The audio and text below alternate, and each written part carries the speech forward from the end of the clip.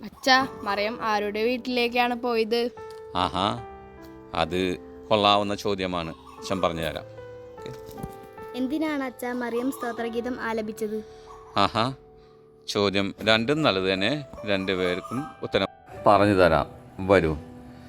പരിശുദ്ധ അമ്മയുടെ അടുത്തേക്ക് ഗബ്രിയേൽ മാലാഖ വന്ന് ദൈവത്തിൻ്റെ ദൂത് വ്യക്തമാക്കി കൊടുക്കുകയാണ്. പരിശുദ്ധാത്മാവിനാൽ നീ ഗർഭിണിയാകും, ഒരു പുത്രനെ പ്രസവിക്കും, ഈശോ അന്ന് പേരിടണമെന്ന്. ദൈവഹിതം എന്താണെന്ന് വ്യക്തമായപ്പോൾ പരിശുദ്ധ അമ്മ ഇതാ കർത്താവിൻ്റെ ദാസി എന്ന് പറഞ്ഞ് ദൈവഹിതത്തിന് സമ്മതിച്ചു. മാലാഖ അറിയിച്ചു, ഇതാ നിൻ്റെ ഇളയമ്മയായ എലീശോയ്ക്ക് ഇത് 6ാം മാസമാണ് എന്ന്. ദൈവത്തിനൊന്നും അസാധ്യമല്ലല്ലോ എന്ന്. അങ്ങനെ മറിയം എലീശമ്മയെ സഹായിക്കാൻ വേണ്ടി മലമ്പ്രദേശത്തുള്ള വീട്ടിലേക്ക് ചെന്നു. അപ്പോൾ മറിയത്തെ കണ്ടപ്പോൾ എലീശമ്മ പറയാണ്, എൻ്റെ കർത്താവിൻ്റെ അമ്മ എൻ്റെ അടുത്തുള്ള ഭാഗ്യം എനിക്ക് എവിടെ നിന്ന്. നിന്റെ അഭിമാനത്തെ സ്വരം എൻ്റെ ചെവികളിൽ പതിച്ചുടനെ എൻ്റെ ഗർഭശിശു സന്തോഷത്താൽ നിറഞ്ഞു ചാടി, കുതിച്ചു ചാടി എന്ന്.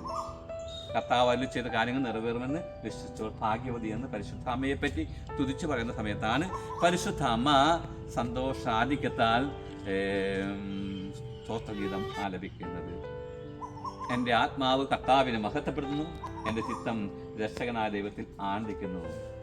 അതായത് എളിയവരെ ഉയർത്തിയ ദൈവത്തെ പരിശുദ്ധ അമ്മ തുതിച്ചു പാടുകയാണ്. ശക്തന്മാരെ സിംഹാസനം തട്ടി താഴെയിട്ടു എളിയവരെ ഉയർത്തി. അത് തന്നെയാണ് പരിശുദ്ധ അമ്മയുടെ ആ സ്തോത്രഗീതം.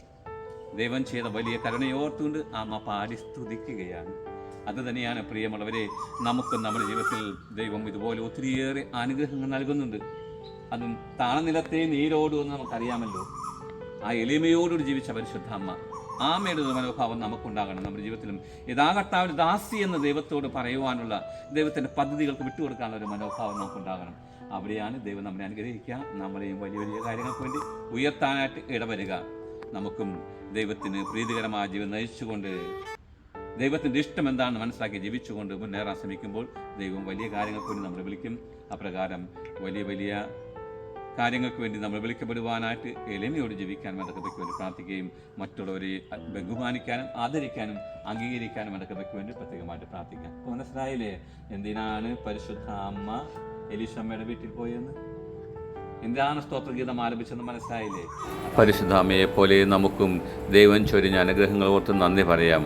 അതുപോലെ തന്നെ പരിശുദ്ധ അമ്മയെ പോലെ മറ്റുള്ളവരെ സഹായിക്കാനും വേണ്ട വലിയ കൃപയ്ക്ക് വേണ്ടി നാഥനോട് പ്രാർത്ഥിക്കുകയും ചെയ്യാം.